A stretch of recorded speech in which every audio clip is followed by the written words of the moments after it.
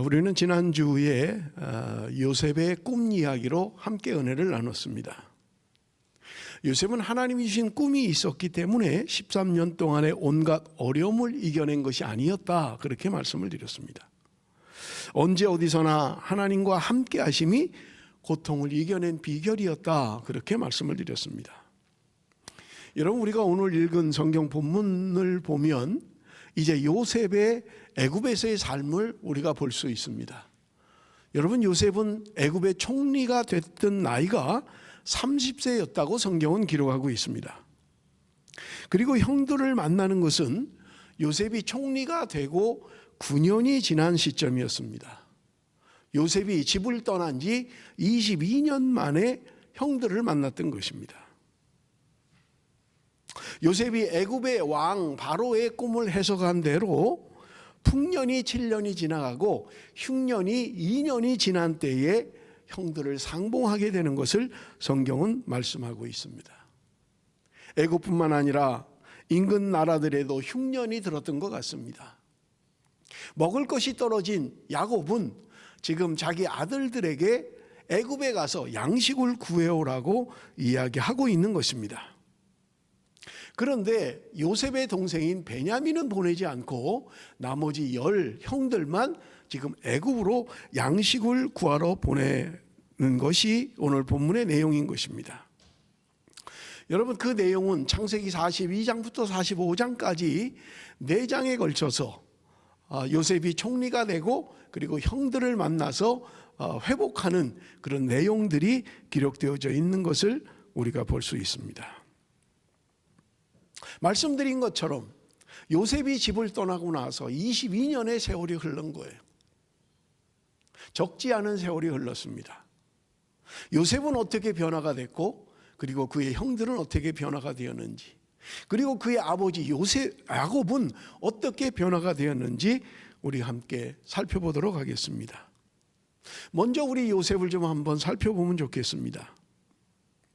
여러분, 지난주에 말씀드린 것처럼 요셉은 자신의 꿈 이야기를 어디에서도 한 적이 없습니다. 그런데 요셉이 애굽의 총리가 되고 나서 양식을 구하러 온 형들을 만났을 때 자신의 꿈이 생각났다, 성경은 그렇게 이야기를 합니다. 여러분, 42장 8절 9절 말씀 우리 한번 같이 읽어봅니다. 다 같이 읽습니다. 시작. 요셉은 그의 형들을 알아보았으나 그들은 요셉을 알아보지 못하였더라. 요셉이 그들에게 대하여 꾼 꿈을 생각하고 그들에게 이르되 너희는 정탐꾼들이라 이 나라의 틈을 엿보려고 왔느니라.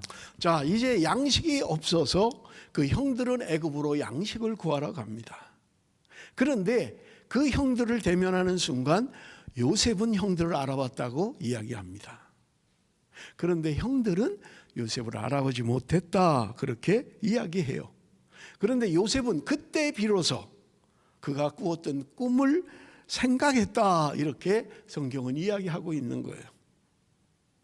요셉에게 그 꿈이 중요했더라면 중간중간에 성경 어느 곳에서 꿈 이야기가 나왔을 거예요. 힘들고 어려울 때마다 하나님의 꿈을 생각하고 견뎠다, 참았다, 이렇게 했을 거예요. 그런데 꿈 이야기는 어디에도 없어요. 그리고 그가 총리가 되고 9년이 지난 이 시점에 형들을 대면했을 때 그때 비로소 하나님이 주셨던 꿈이 생각났다는 말입니다. 여러분, 우리가 총리가 될 때까지 요셉이 17살에 팔려갔으니까 적어도 13년을 얼마나 어려운 시간을 보냈습니까? 여러분, 한번 생각을 해보십시오. 만약에 내가 요셉이라면, 하나님이 나에게 주신 꿈이 있다면 여러분, 그 꿈 붙잡고 그 어려운 시간들을 보낼 수 있겠느냐 하는 거예요.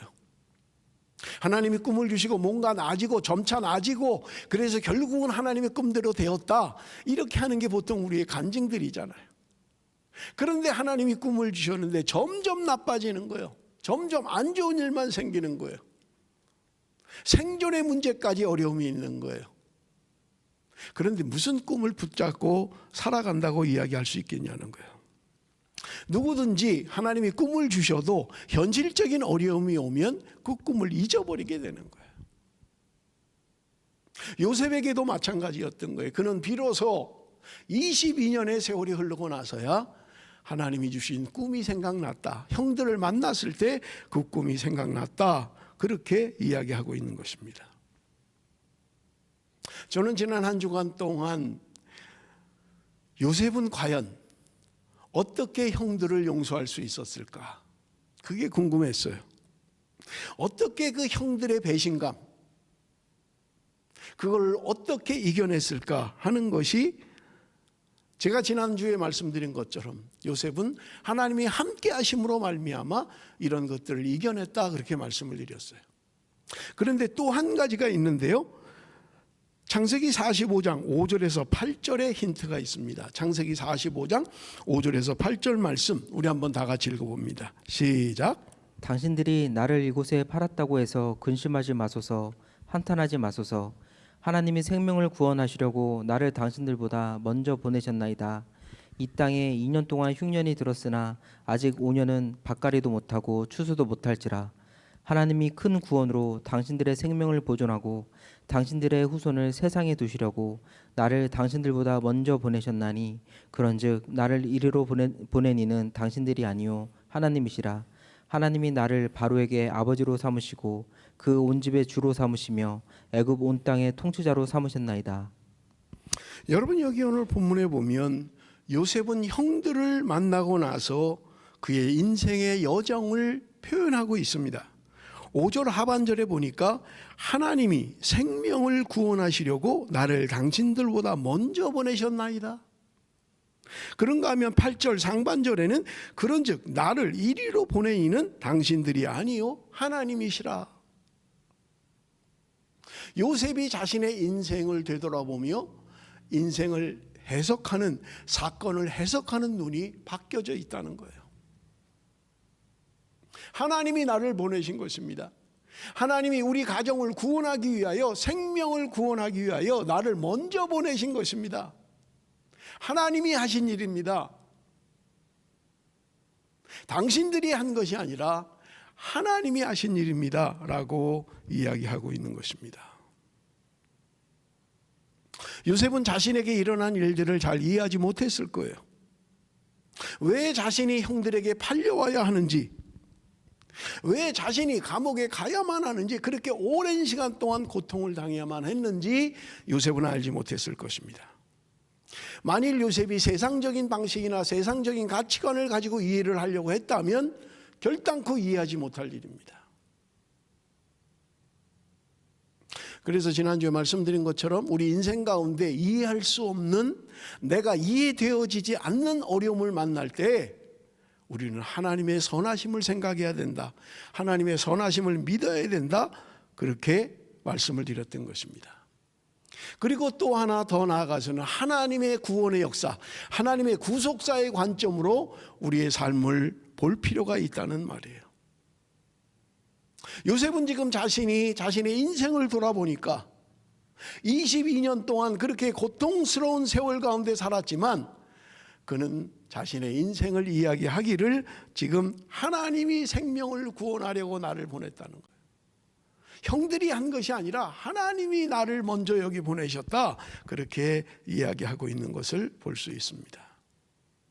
여러분, 칼 매닝거 박사라고 하는 심리학자이면서 의사인 분이 이런 말을 했어요. 사건보다 더 중요한 것은 해석이다. 우리 한번 좀 같이 따라서 해볼까요? 다 같이 읽습니다. 시작. 사건보다 더 중요한 것은 해석이다. 우리는 여러 가지 사건을 만나면서 삽니다. 사건을 만나지 않고 사는 사람은 없어요. 그게 기쁜 일이든 슬픈 일이든 내가 원하는 일이든 원하지 않던 일이든 우리는 사건을 만나고 살아갑니다. 그런데 중요한 것은요, 사건을 어떻게 해석하느냐가 중요하더란 말입니다. 내 시각이 아니라, 나의 생각이 아니라 하나님의 시각으로, 하나님의 관점으로 사건을 보면 다르게 해석이 된다는 말입니다. 사랑하는 성도 여러분, 우리는 여러 가지 사건을 만납니다. 그럴 때 먼저 사건을 통하여 자신을 돌아보십시오. 내가 뭔가 하나님 앞에 잘못한 것은 없는가? 내가 뭔가 인간적인 욕심에 사로잡혀서 행하지는 않았는가? 여러분, 자신을 돌아볼 필요가 있습니다. 그런데 답이 되지 않으면 그래도 이해가 되지 않으면 두 번째는요, 하나님의 시각으로 보라는 거예요. 하나님은 이 사건을 통해서 내가 무엇을 깨닫기를 원하시는가? 하나님은 이 사건을 통해서 나에게 무엇을 말씀하시는가를 생각하라는 거예요. 그래도 이해가 되지 않으면, 내가 이해가 되지 않는다 하더라도 하나님의 선하심을 믿겠습니다. 나는 지금 이해가 되지 않습니다. 그러나 하나님께서 나는 선한 길로 인도하실 것이라는 분명한 확신이 있습니다. 그럴 때 우리는 문제를 바라보는 시각이 달라질 수 있다는 말입니다. 여러분, 두 번째로 우리는 야곱을 좀 한번 살펴보기를 원합니다. 여러분, 야곱은 참 문제가 많은 사람이에요. 여러분, 아들들을 대할 때도 그는 구분해서 대했어요. 특별히 요셉과 베냐민을 사랑했습니다. 우리가 지난주에도 살펴본 것처럼, 그래서 특별히 요셉에게는 채색 옷을 입히고요, 양식을 구하러 보내면서도 지금 베냐민은 안 보내는 거예요. 예나 지금이나 장자에 대한 마음은 비슷한 것 같습니다. 그런데 야곱은 지금 장자인 루벤을 자기의 자식으로 생각하지 않는 거예요. 정말 자기의 자식은 우리 성경 본문에도 이야기하는 것처럼, 유다가 이야기하는 것처럼 요셉과 베냐민이 자기 자식이라고 생각하는 거예요. 물론 인간적으로 이해할 수 있어요. 4명의 아내 가운데 가장 사랑했던 여인 라헬의 자녀인 요셉과 베냐민이 자기 자식이라고 생각할 수 있다는 말이에요. 그러나 여러분, 이 야곱의 태도나 그의 말은 다른 형제들에게 상처를 줄 수 있는 거예요.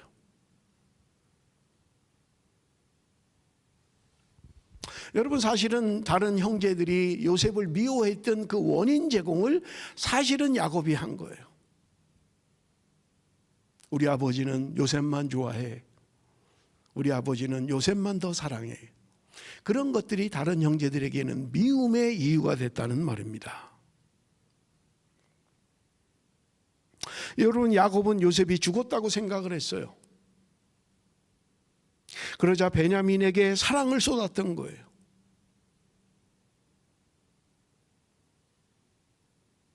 여러분, 우리 창세기 43장 14절 말씀 우리 한번 같이 읽어봅니다. 창세기 43장 14절 말씀입니다. 다 같이 시작. 전능하신 하나님께서 그 사람 앞에서 너희에게 은혜를 베푸사 그 사람으로 너희 다른 형제와 베냐민을 돌려보내게 하시기를 원하노라. 내가 자식을 잃게 되면 이르리로다. 여러분, 이 43장 14절의 말씀은 1차로 애굽에서 식량을 가지고 돌아갔어요. 그런데 시므온이 붙잡혀 있습니다. 애굽에 인질로 붙잡혀 있는 거예요. 그리고 이야기했던 거예요. 너희들이 다시 올 때 너희들이 말한 그 막내 동생을 데려와라. 그러면 너희들이 정탐꾼이 아닌 것을 알 수 있다. 그렇게 이야기했던 거예요. 그리고 또 양식이 떨어진 거예요. 그러니까 또 야곱이 자기 자식들에게 너희들이 가서 양식을 애굽 가서 구해오라고 이야기하고 있는 거예요. 그러니까 유다가 못 간다고 하는 거예요. 베냐민을 데려가지 않으면 우리는 갈 수가 없습니다. 그 애굽 총리에게 그렇게 약속을 했습니다. 그가 분명하게 막내 동생을 데려오라고 이야기했던 것입니다. 그럴 때 야곱은 지금 이 이야기를 하고 있는 거예요. 전능하신 하나님께서 그 사람 앞에서 너희에게 은혜를 베푸사 그 사람으로 너희 다른 형제와 베냐민을 돌려보내게 하시기를 원하노라. 내가 자식을 잃게 되면 이르리로다. 막 인생의 막다른 골목까지 가는 거예요. 더 이상 피할 수가 없어요. 선택의 문제가 아닙니다. 안 보내면 양식이 없어서 죽는 거예요. 보낼 수밖에 없는 거예요. 그런데 자기의 사랑하는 자식 보낼 수밖에 없는 거예요. 야곱은 이제까지 자기 손에 잡고 있다고 생각했어요. 그것이 중요하다고 생각을 했고 그것이 자신의 생명이라고 생각을 했던 거예요. 그런데 그 막다른 골목에서 이제는 내려놓을 수밖에 없는 거예요. 사랑하는 성도 여러분, 때로 하나님은 우리를 막다른 길로 모실 때가 있어요. 왜 그렇습니까? 내가 지고 있는 것을 내려놓기를 원하시는 거예요. 그래서 어떤 사람은 때로 건강을 잃고 자신을 내려놓습니다. 어떤 사람은 사업이 망하고 자신을 내려놔요. 어떤 사람은 믿었던 사람에게 배신을 당하고 자신을 내려놓을 수밖에 없습니다. 내가 무엇인가를 가지고 있을 때 내려놓는 것은 쉽지가 않습니다. 옆을 봐도 뒤를 돌아봐도 더 이상 어떻게 할 수 없는 사면초가예요. 그때 우리는 하나님을 바라보아야만 하는 것입니다. 도움은 하나님으로부터 오기 때문에 그렇습니다. 여러분, 오늘 제일 우리가 중요하게 여길 사람들은 요셉의 형제들입니다. 여러분, 요셉의 형제들, 그들은 양을 칠 때 자기의 동생 요셉이 오는 것을 보았던 거예요. 그러자 그들은 상의를 하고 요셉을 죽이기로 결정합니다. 그러면서 비웃기를 꿈꾸는 자가 오는도다, 그렇게 이야기를 해요. 누가 말을 했는지 성경은 기록하고 있지 않습니다. 그러나 그들은 서로 그렇게 이야기했던 거예요. 그래서 요셉을 죽일 생각으로 짐승을 잡는 웅덩이에다 던져 넣었던 것입니다. 그가 입었던 옷을 벗기고 그리고 요셉을 웅덩이에 빠뜨렸던 거예요. 그런데 여러분, 성경은 재밌는 이야기를 기록하고 있어요. 창세기 37장 25절 말씀 우리 한번 같이 읽어봅니다. 창세기 37장 25절 다 같이 시작. 그들이 앉아 음식을 먹다가 눈을 들어 본즉 한 무리의 이스마엘 사람들이 길르앗에서 오는데 그 낙타들의 향품과 유향과 모략을 싣고 애굽으로 내려가는지라. 여러분, 여기 보면 그들이 앉아 음식을 먹다가, 여러분, 이 시간이, 그들이 식사를 하는 이 시간은 자기의 동생 요셉을 웅덩이에 던져 넣은 시간이에요. 그리고 그들은 앉아서 밥을 먹습니다. 여러분, 인간의 얼마나 사악한 모습입니까? 지금 웅덩이에 빠져 있는 요셉은 살려달라고 울며 불며 애걸복걸하고 있는 거예요. 그런데 그들은 뻐젓이 앉아서 밥을 먹고 있는 거예요. 여러분, 인간의 얼마나 사악합니까? 자기 형제잖아요. 그런데 그를 죽이기로 마음먹고 그들은 앉아서 편안히 밥을 먹고 있는 거예요. 그런데 유다가 이야기합니다. 우리 요셉을 죽이지 말고 상인들에게 팔아버리자. 먼 나라로 가는 곳에 팔아버리자. 그래서 결국 요셉은 그렇게 팔려갔던 것입니다. 22년의 세월이 흘렀습니다.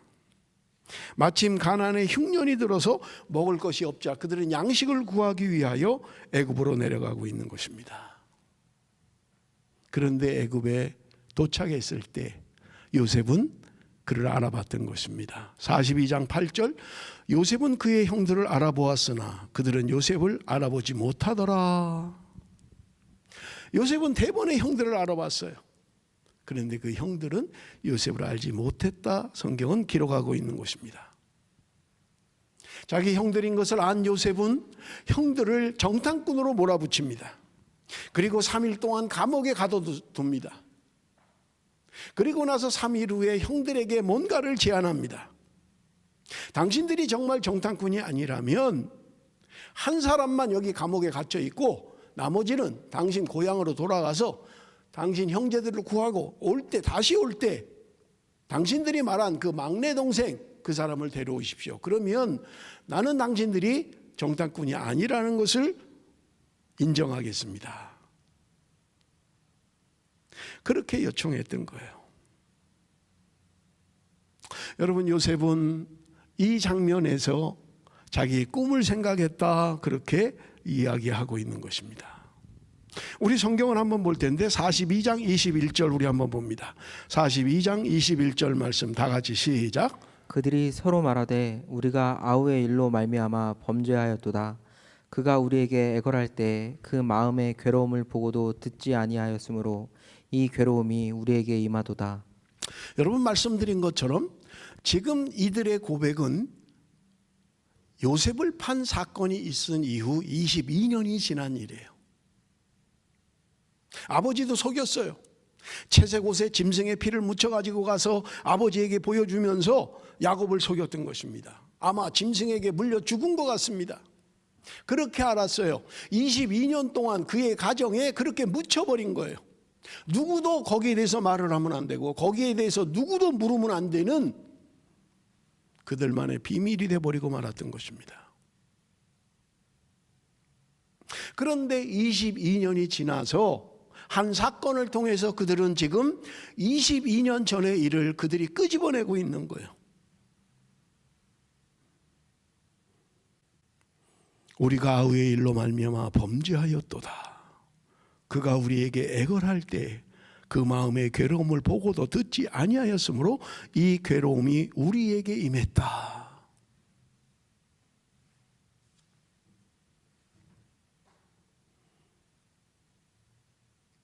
여러분, 죄의식이라고 하는 것은 이렇게 무섭습니다. 22년이 지났는데도 사건을 통해서 그들은 그때 일을 기억하고 있는 거예요.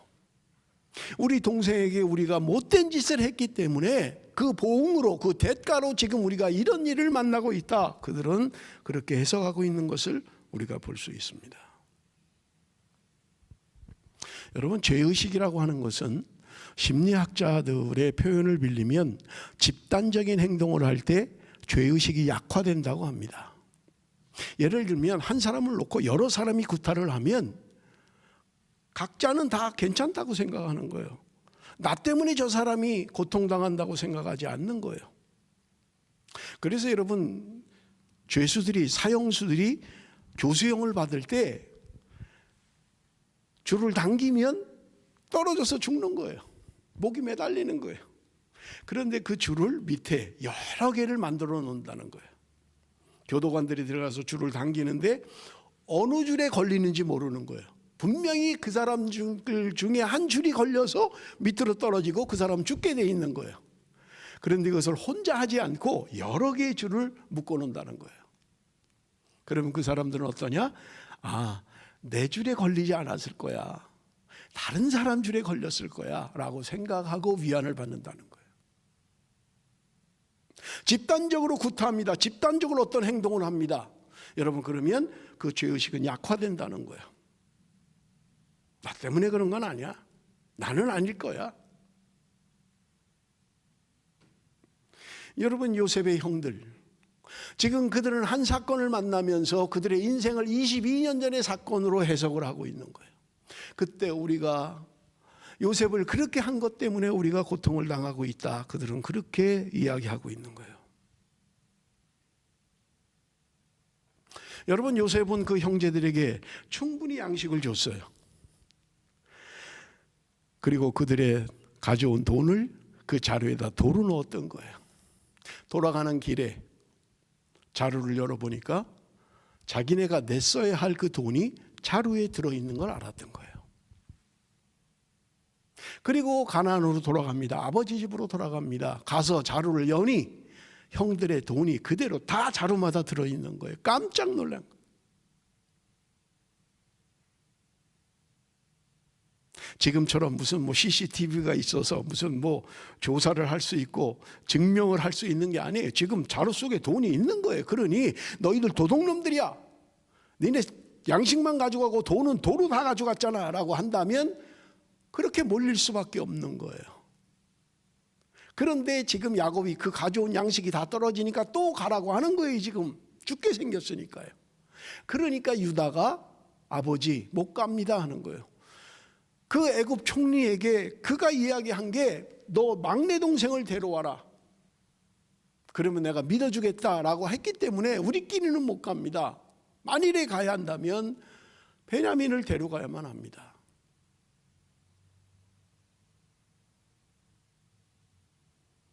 그때 야곱이 반응합니다. 42장 36절 우리 한번 읽어봅니다. 42장 36절 다 같이 시작.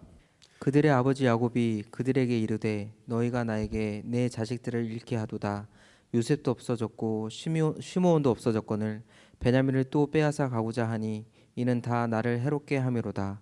지금 야곱은 이야기하고 있는 거예요. 베냐민 데려가야 됩니다 하니까 그는 이야기하고 있는 거예요. 내 자식을 다 잃게 했다. 요셉도 없어졌는데 시몬도 없어졌는데 니네들이 또 베냐민마저 데려가려고 하는구나. 그렇게 이야기하고 있는 거예요. 그때 장자인 르우벤은 이렇게 말합니다. 창세기 42장 37절 우리 한번 같이 읽어봅니다. 다 같이 시작. 르우벤이 그의 아버지에게 말하여 이르되 내가 그를 아버지께로 데리고 오지 아니하거든 내 두 아들을 죽이소서 그를 내 손에 맡기소서 내가 그를 아버지께로 데리고 돌아오리이다. 참 르우벤은 효자인 것 같아요. 그가 지금 아버지에게 이야기합니다. 베냐민을 내가 다시 데리고 오지 못하면 아버지 내 아들 둘을 죽이십시오라고 이야기합니다. 그런데 여러분 우리는 알고 있잖아요. 르우벤은 아버지의 침상을 더럽혔던 자예요. 그런데 지금 여기 이 본문에는 아주 의로운 효자로 등장하고 있는 거예요. 아버지 만약에 베냐민을 못 데려온다면 내 아들을 죽이십시오. 내가 반드시 데려오겠습니다. 여러분 르우벤의 인간의 이중성을 볼 수 있는 거예요. 어느 때는 불효막심한 아들로, 그런데 지금 이 본문에는 어느 누구보다 또 효심이 극심한 아들로 보여지고 있는 것을 우리는 볼 수 있습니다. 인간의 이중성이죠. 그래서 성경은 이야기합니다. 악한 자라도 자식에게 좋은 것으로 줄 줄 알거든. 그렇게 이야기하는. 그가 살인자요 강도라 할지라도 그 사람도 자식에게는 좋은 것을 주려고 한다는 거예요. 빼앗긴 사람, 생명을 잃은 사람에게는 원수요. 그렇게 흉악한 범죄자인지 모르지만 그 범죄자도 자식에게만큼은 좋은 것으로 주려고 한다. 그렇게 이야기하는 것을 우리가 볼 수 있습니다. 인간의 이중성이에요. 제가 어떤 TV를 보니까 인터넷에 외국인들이 이렇게 나와서 이렇게 이제 토론을 하는 그런 게 있었어요. 거기에 이태리에서 온 친구인데 알베르토라고 하는 친구가 이제 이렇게 활동을 하는 외국 중국, 미국, 프랑스 이렇게 여러 나라에서 온 젊은이들이 토론하는 그런 내용인데 그 알베르토라고 하는 친구가 한번 그런 고백을 하는 것을 들은 적이 있어요. 이태리는 부자지간에 부모와 자식 간에 그렇게 큰 애정이 없다는 거예요. 한국처럼 그렇게 부모에 대한 뭘 해야 된다, 부모가 자식에 대한 애틋한 정을 가지고 있다, 그런 거 잘 없다는 거예요. 그러니까 그냥 당연히 그런 줄 알았다는 거예요. 그런데 한국에 와서 자기가 느낀 건 뭐냐, 깨달은 건 뭐냐, 이게 인간의 도리가 아니구나 하는 것을 깨달았다는 거예요. 그런데 특별히 자기가 자식을 낳아 보니까 그걸 깨달았다는 거예요. 자기 자식을 보면서 정말 눈에 넣어도 아프지 않을 만큼 모든 것이라도 해주고 싶은 그 자식, 그 어린 자식을 보면서 자기가 부모에 대한 마음을 다르게 생각했다는 거예요.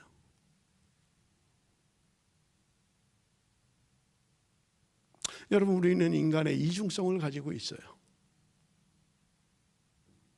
여기 오늘 본문에도 이야기합니다마는 르우벤에게는 그런 이중적인 마음이 있었던 거예요. 시간이 흘러갑니다. 이제 야곱은 다시 또 보낼 수밖에 없는 거예요. 양식을 구해오라고 이야기하는 거예요. 지금 베냐민과 함께 양식을 구해오라고 보내고 있는 거예요. 그런데 애굽에 도착을 해서 보니까 지금 감옥에 갇혀있던, 그들이 고향으로 돌아갔을 때 감옥에 갇혀있던 시므온도 풀어준 거예요. 그리고 만찬을 초대한 거예요. 요셉의 집에 만찬을 초대했던 거예요. 요셉은 그들이 왔을 때 자기의 동생 베냐민을 알아봤던 거예요. 만찬을 베풉니다. 진수성찬을 차려놓고 만찬을 베풉니다. 그리고 그들에게 갈 때 또 양식을 잔뜩 담아서 그들에게 보냅니다.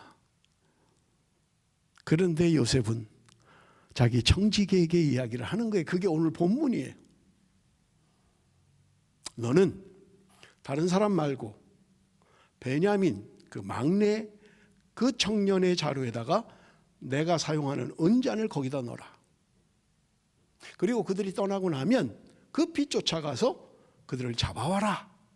그렇게 이야기했던 거예요. 그들은 아주 기분이 좋았을 거예요. 감옥에 갇혀있던 동생도 시몬도 나왔습니다. 그리고 지금 베냐민도 뭐 더 이상 문제가 없어요. 그리고 양식은 얻었어요. 이제 가서 아버지가 얼마나 기뻐할까. 그들은 가서 하면 돼요. 그런데 그들이 떠나고 났을 때 청지기가 따라옵니다. 요셉이 입에 넣어준 대로 이야기하는, 당신들은 참 악한 사람들입니다. 왜 내 주인의 은잔을 훔쳐갑니까? 그러면서 이야기합니다. 이 은잔이 나오는 사람은 지금 끌려가야 됩니다. 그 형들은 이야기합니다. 절대로 그렇지 않을 것입니다. 우리는 그런 사람들이 아닙니다. 지난번에 지난번에 자료에 있는 것도 우리가 다 도로 가져왔습니다. 그리고 또 이번에 새로 살 돈도 다 가져왔던 것입니다. 우리는 그런 사람들이 아닙니다. 그리고 자루를 풀어서 보니까 베냐민의 자루에서 그 은잔이 나온 거예요. 그런데 그들은 지금 돌아가는 거예요. 그 애굽으로 다시 돌아간다고 성경은 이야기하고 있는 것을 우리가 볼 수 있습니다. 여러분, 그들은 분명히 이야기할 수 있을 거예요.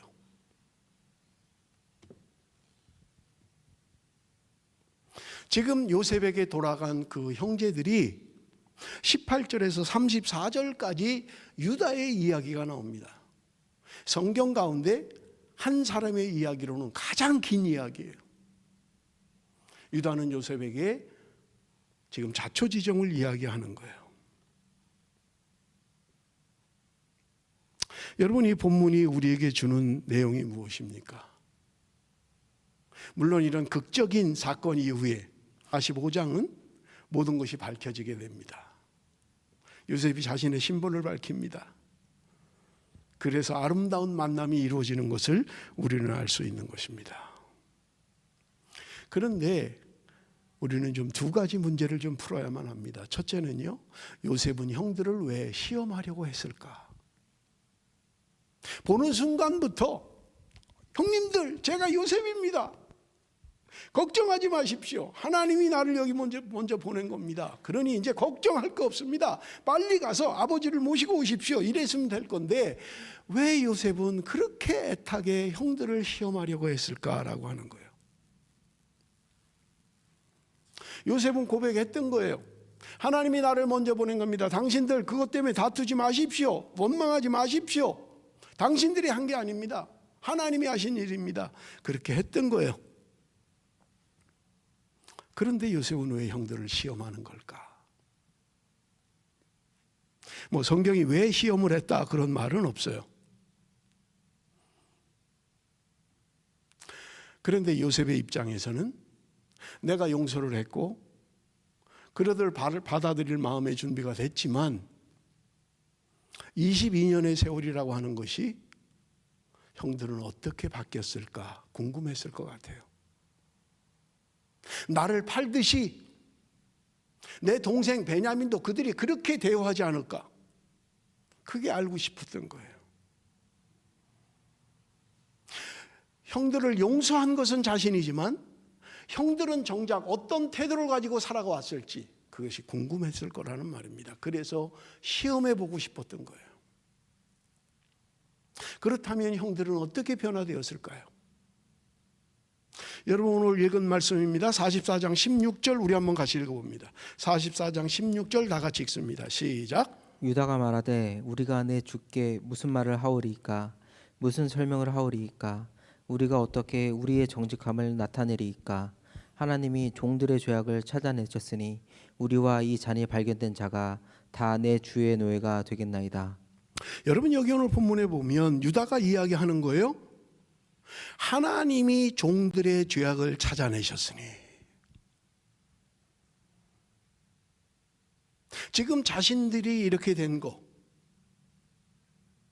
베냐민의 자루에서 은잔이 나온 거, 지금 모든 문제의 해석의 키를 하나님에게 집중하고 있는 거예요.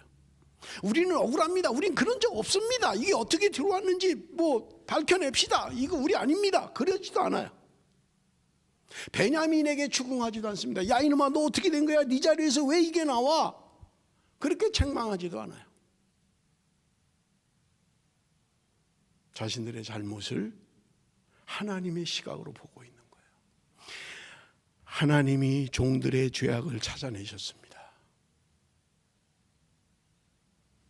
그런데 그 다음의 말이 뭐예요? 우리와 이 잔이 발견된 자가 다 내 주의 노예가 되겠나이다. 그러면 잔 나온 사람, 그게 요셉이 했던 말이에요. 그 잔 나온 사람은 이 사람만 잡히면 된다. 나머진 양식 가지고 돌아가라. 너네 사람 살면 된다. 그러면 그들은 가서 아버지에게 그렇게 이야기하면 돼요.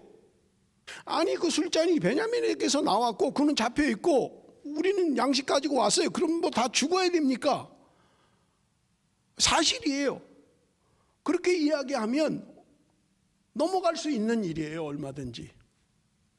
그런데 그들은 지금 모두 다 같이 다 온 거예요. 요셉 앞에. 그리고 이야기하는 거예요. 하나님이 우리의 죄악을 찾아내신 것입니다. 우리와 그 잔이 발견된 베냐민과 우리 모두가 당신의 종이 되기를 원합니다. 그렇게 이야기하고 있는 거예요.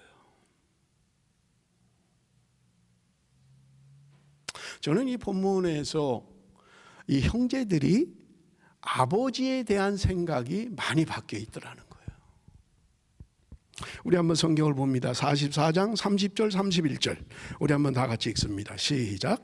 아버지의 생명과 아이의 생명이 서로 하나로 묶여 있거늘 이제 내가 주의 종 우리 아버지에게 돌아갈 때 아이가 우리와 함께 가지 아니하면 아버지가 아이의 없음을 보고 죽으리니 이같이 되면 종들이 주의 종 우리 아버지가 흰 머리로 슬퍼하며 스올로 내려가게 함이니이다. 지금 이야기하는 거예요. 여러분 유다가 하는 이야기입니다. 요셉을 팔 때를 한번 생각을 해보십시오. 그들은 아버지를 생각하지 않았어요. 지금 요셉을 죽여버리면 아버지가 어떻게 얼마나 고통스러울까 얼마나 힘들까 그런 생각 아무도 한 사람이 없어요. 오히려 원망했을 거예요. 아버지는 요셉만 좋아하고 그에게만 맛있는 거 주고 그에게만 좋은 옷 입히고 응? 아버지도 한번 당해봐야 돼. 어쩌면 그랬는지도 몰라요. 그런데 지금 이 베냐민의 사건을 만나면서 그들은 달라져 있는 거예요. 유다는 지금 이야기해요. 우리 막내 아들 베냐민과 우리 아버지 야곱은 생명의 끈으로 묶여 있다는 거예요. 하나라는 거예요. 그의 형 요셉이 죽은 다음에 베냐민 하나 남았는데 이 베냐민은 우리 아버지에게 있어서는 생명과 같은 존재입니다. 하나로 묶여져 있습니다. 그래서 베냐민이 같이 가지 않는다면 우리 아버지는 죽고 말 것입니다. 지금 그 얘기를 하고 있는 거예요. 그러면서 유다는 이야기합니다. 내가 대신 베냐민 대신 여기 남아서 종이 되겠습니다. 그러니까 우리 아버지와 생명이 같이 되어 있는 그 베냐민은 나를 잡아두시고 그 베냐민은 좀 보내주십시오. 그 이야기를 하고 있는 거예요. 여러분 얼마나 눈물겨운 한편의 드라마입니까? 쉽지 않아요. 자기도 아내가 있고 자식이 있잖아요. 지금 고향에. 그런데 유다는 이야기하는 거예요. 나는 여기 있겠습니다. 베냐민 대신에 내가 감옥살이를 하겠습니다. 그러니까 그들을 보내주십시오. 그 얘기를 하고 있는 거예요.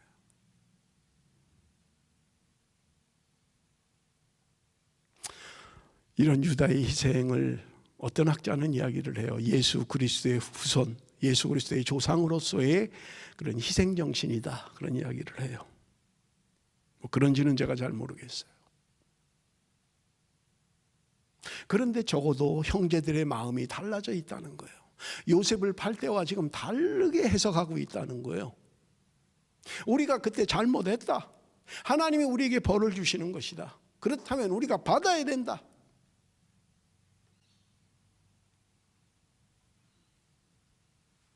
이런 유다의 이야기를 들으면서 요셉이 더 이상 견디질 못하는 거예요. 45장 1절 2절 우리 한번 같이 읽어봅니다. 45장 1절 2절 다 같이 시작. 요셉이 수종하는 자들 앞에서 그 정을 억제하지 못하여 소리질러 모든 사람을 자기에게서 물러가라 하고 그 형제들에게 자기를 알리니 그때 그와 함께한 다른 사람이 없었더라. 요셉이 큰 소리로 우니 애굽 사람에게 들리며 바로의 궁중에 들리더라. 여러분 우리 창세기 42장에서 45장은 아주 참 드라마틱한 한 영화의 한 장면 같아요. 반전의 반전을 거듭하는 한 편의 드라마 같습니다. 요셉이 자신의 신분을 밝힙니다. 형님들, 당신들이 판 요셉이 바로 나입니다. 그러면서 아까도 우리가 살펴본 것처럼 하나님이 생명을 구원하기 위하여 나를 먼저 보내신 것입니다. 당신들이 나를 판 게 아니라 하나님이 나를 여기 보내신 것입니다.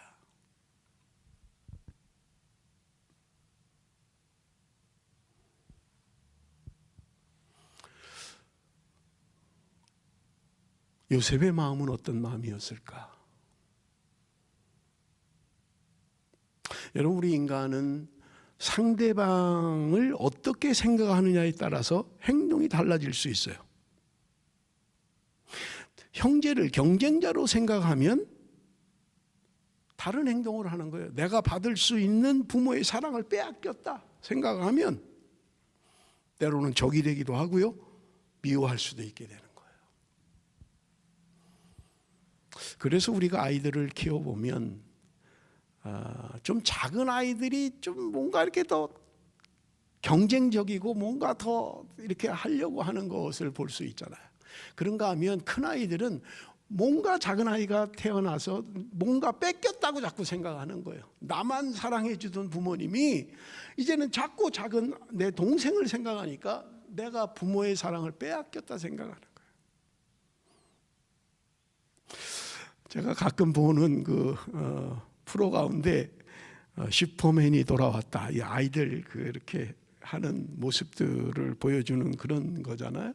종종 봐요. 아이들 이렇게 행동하는 게 반응하는 게 참 귀엽기도 하고 사랑스럽기도 하고 특히 여기 호주 멜본에서 간 그 샘의 아들들 그 윌리엄과 베냐민 얼마 전에 보니까 그런 내용이 나오는 거예요. 이 윌리엄이 형인데도 이 베냐민한테 뭐를 자꾸 뺏겨요. 막 그냥 막 형만 갖고 있으면 다 내놓으라 그러고 막 다 자기 걸로 하고. 그때도 이제 아마 그런 모습을 보여줬던 것 같아요. 그러니까 이 형이 마음이 아픈 거예요. 이게 뭐가 좀 내가 해보려 그러면 내놓으라 그러고 지가 한다 그러고 그냥 이러니까 나중엔 윌리엄이 그런 이야기를 하는 거예요. 아빠, 베냐민 없었으면 좋겠어. 나 혼자면 좋겠어. 나 혼자. 저 녀석이 태어나가지고 그냥 내가 하는 거 다 뺏어가려고 하고 다 나 혼자면 좋겠어. 그런 이야기를 해요. 그런데 베냐민이 그 이야기를 들었던 거예요. 그러니까 그 말의 의미를 알고 베냐민은 삐져가지고 또 방으로 들어가요. 나중에는 아빠가 중재를 해서 뭐 서로 이제 화해를 하고 하는 그런 내용의 그런 걸 보았습니다. 뭔가 경쟁자로 생각하면 뭔가 내 사랑을 빼앗겼다고 생각을 하면 형제라도 때로는 적이 될 수 있고 때로는 미워하는 사람이 될 수 있는 거예요. 이것을 마틴 부보는 이야기하고 있는 거예요. 우리의 관계는 나와 너와의 관계가 있는가 하면 나와 그것의 관계가 있다는 거예요. 모든 인간의 관계를 나와 너로 관계를 맺으면 평안하고 샬롬이 있지만 나와 그것으로 관계를 맺으면 거기는 분쟁하게 되고 서열을 따지게 되고 많이 가진 자와 적게 가진 자의 나눔이 있다는 거예요. 같은 가족이면서도 나와 그곳으로 관계를 맺으면 나는 손해보는 것 같은 거예요. 내가 왜 이렇게 해야 돼? 왜 쟤는 나한테 이렇게 안 하는 거야? 그러면 가족이라도 분쟁이 생긴다는 거예요. 그런데 나와 너와의 관계로 맺으면 거기는 평화가 있다는 거예요. 다 주어도 아깝지 않은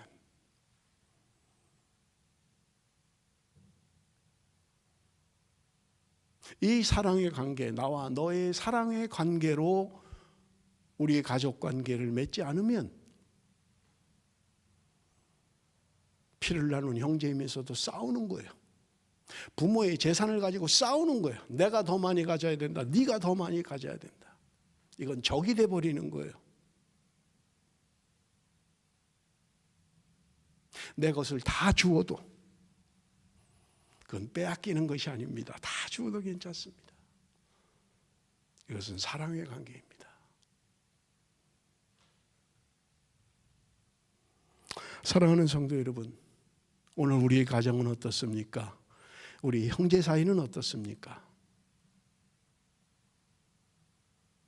혹시 나와 그곳으로 관계하고 있지는 않습니까? 나에게 뭔가 유익이 되면, 뭔가 나에게 덕이 되면 그 길을 가고, 나에게 조금 더 유익이 없으면, 내가 뭔가 뺏기는 것 같으면 거절하고 포기하고, 그래서 관계가 깨지는 관계가 되지는 않습니까? 오늘 우리와 부모와 자식과의 관계는, 우리 형제 사이의 관계는 어떻습니까?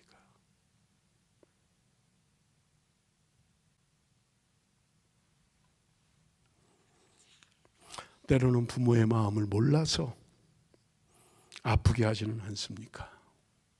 때로는 자식의 마음을 몰라서 아프게 하지는 않느냐 하는 거예요.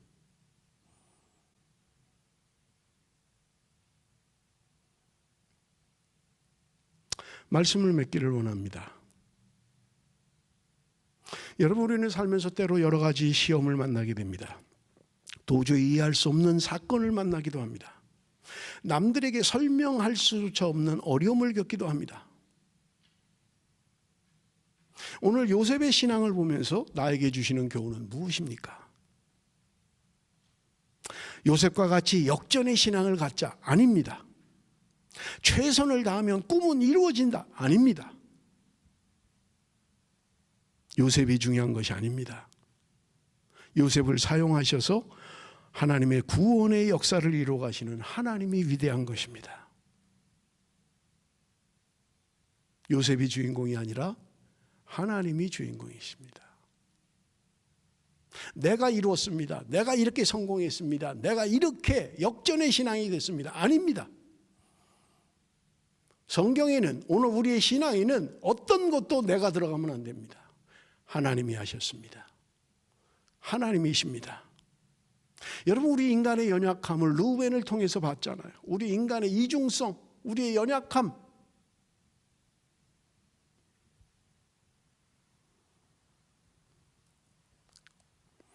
여러분, 우리는 쉽게 말하는 것들이 있어요. 믿음으로 하십시오. 힘들고 어려운데 기도하십시오. 누가 믿음으로 할 줄 몰라요? 믿음으로 안 되니 문제인 거죠. 누가 기도하면 되는 걸 모르냐고요. 기도가 안 되니까 문제죠. 그런데 우리는 쉽게 이야기해요. 집사님, 믿음으로 해, 믿음으로. 기도하면 돼, 기도하면 되잖아. 답을 몰라서 그러지 않아요. 아는데 안 되니 어떡하냐고요. 용서하고 잊어. 그렇게 하고 싶어요. 그런데 용서가 안 되는 거예요. 그런데 잊혀지지 않는 거예요. 여러분, 인간이 얼마나 연약한 존재인지를 알아야만 합니다.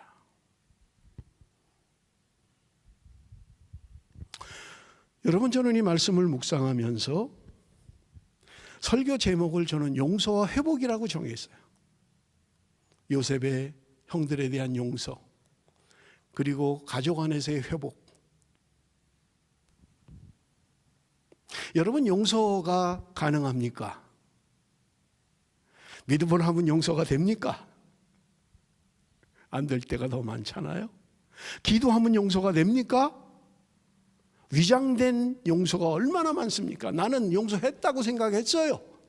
그런데 그 인간 얼굴을 보는 순간 갑자기 또 옛날 일이 생각나서 울그락불그락 용서가 안 되잖아요.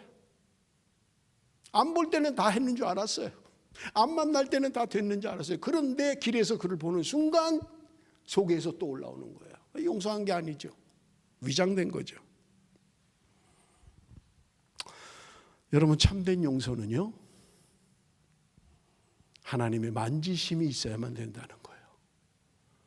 여러분, 요셉이 그냥 잊자. 형들이 나 판 거 그래 그냥 잊어버리자. 아 그래 뭐 이해가 안 돼도 그래 그냥 모른 척하고 살자. 그렇게 해서 잊어졌겠습니까? 그렇게 해서 용서가 됐겠습니까? 아니에요. 하나님이 함께 하심. 다른 말로 하면 하나님의 만지심이 있었다는 거예요. 성령의 타치가 있었다는 거예요. 하나님이 그를 만져주시니까 용서가 되었다는 거예요.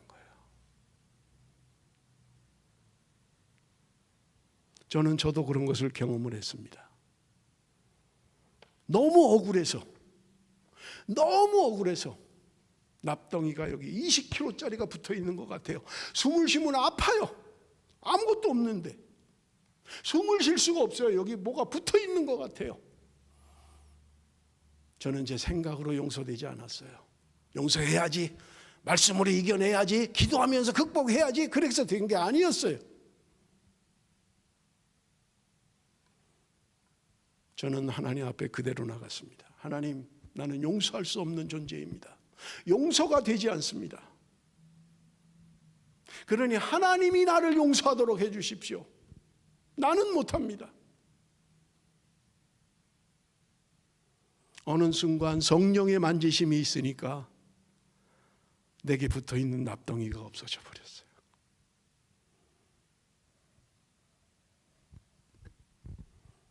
노력해도 안 되는 것들이 있습니다. 잊어버리려고 해도 안 잊혀지는 것들이 있어요.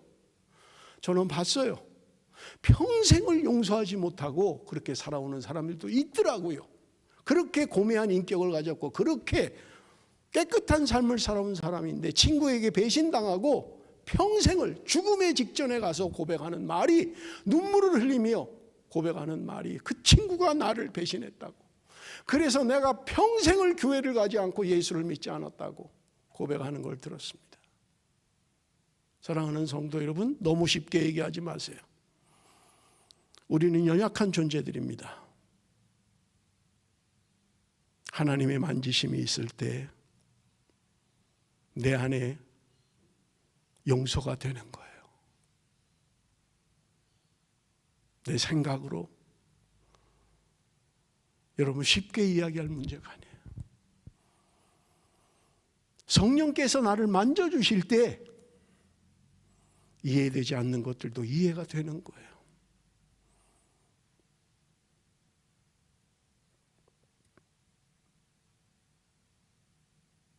여러분, 회복이라고 하는 것은요, 뭔가 깨달았을 때 온전히 돌이킴이 있어야만 돼요. 돌아섬이 있어야 회복이 되는 거예요. 그 형들은 동생 요셉을 팔고 22년 동안 죄의식에 사로잡혀 있었던 거예요. 누구도 말을 꺼내지 않는 것, 누구도 말을 하면 안 되는 금기사항, 아무도 모르는지 모르지만 그들 속에 있는 양심은, 그들 속에 있는 성한 영혼은 22년 동안 죄의식 속에 살아왔던 거예요. 툭 건드리니까 그들 속에 튀지고 나온 거예요. 아무도 말은 안 했어요. 아무도 말하지 못했어요. 22년 동안 숨겨왔던 죄의식이 사건을 통해서 자기들의 고백이 되어버린 거예요. 하나님이 하신 것이다. 하나님이 우리의 죄를 찾으신 것이다. 그럴 때 그들은 행동으로 돌아서는 게 있었던 거예요. 베냐민이 그렇게 붙잡히면 가서 그렇게 얘기하면 돼요. 아버지, 베냐민 자루에서 은잔이 나온 걸 어떡합니까? 뭐 본인이 안 했다고 하니까 모르지만 어쨌든 그 잔이 나온 거예요. 그러니 그는 종이 될 수밖에 없는 거고요. 그렇다고 우리가 다 같이 그냥 종 될까요? 그럼 어떻게 우리 가족들은 먹여 살립니까? 뭐 충분히 근거 있는 이야기예요. 그런데 그들은 그렇게 이야기하지 않았다는 거예요.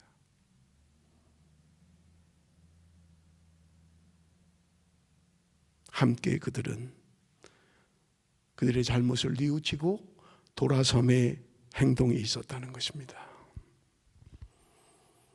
사랑하는 성도 여러분, 베드로가 예수님을 3번을 부인했습니다. 부활하신 주님께서 바닷가로 베드로를 찾아오셨어요.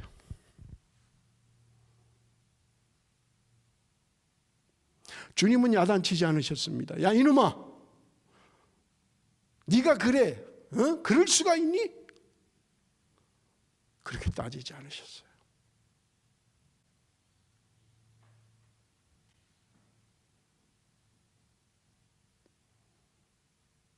주님은 물으셨습니다. 내가 나를 사랑하느냐? 주님이 베드로에게 물으신 것은 내가 나를 사랑하느냐? 그 한마디였어요. 3번 부인한 베드로에게 주님은 3번 물으셨습니다. 내가 나를 사랑하느냐? 그리고 그는 회복되었던 것입니다. 사랑하는 성도 여러분, 오늘 우리의 삶이 어려워서 때로 주님을 배반할 때도 있을 것입니다. 말씀대로 순종하지 못할 때도 있을 것입니다. 불의와 타협할 때도 있을 것입니다. 주님을 따라가기보다 세상을 따라갈 때도 있을 것입니다. 그게 우리의 연약함입니다. 여러분, 우리가 주님 앞에 우리의 연약함 그대로 가지고 나가십시다. 하나님, 나는 용서를 할 수 없는 사람입니다. 나는 믿음으로 살 수가 없습니다. 기도조차 되지 않습니다. 그대로 고백하십시오. 하나님, 나 좀 도와주세요. 하나님, 나를 좀 도와주세요. 내가 기도할 수 있도록, 용서할 수 있도록, 하나님, 내가 믿음으로 살 수 있도록 나 좀 도와주세요. 내 연약함을 아시지 않습니까? 주님은 우리를 마다하지 않으실 것입니다. 그리고 베드로에게 물었던 것처럼 오늘 저와 여러분에게 물으실 것입니다. 내가 나를 사랑하느냐?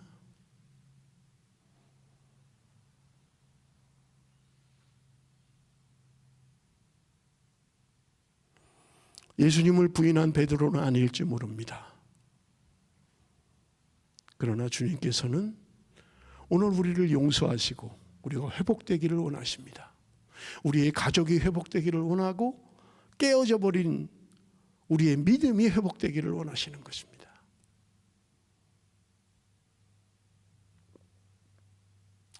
사랑하는 성도 여러분, 요셉의 신앙을 통해서 오늘 우리의 신앙이 회복되는 그런 믿음의 사람으로, 은혜의 사람으로, 하나님의 만지심과 우리의 돌이킴이 있는 하나님의 사람으로 사는 저와 여러분이 되시기를 바랍니다. 기도하겠습니다.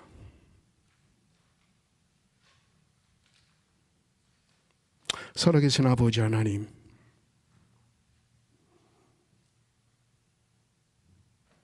때로 용서할 수 없는 아픔이 우리 가운데 있습니다. 기도조차 되지 않는 어려움이 있습니다. 나의 연약함을 고백합니다. 나의 부족함을 고백합니다. 나는 할 수 없지만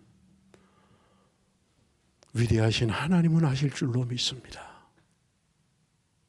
용서할 수 있는 마음을 주옵소서. 기도할 수 있도록 은혜를 베풀어 주옵소서.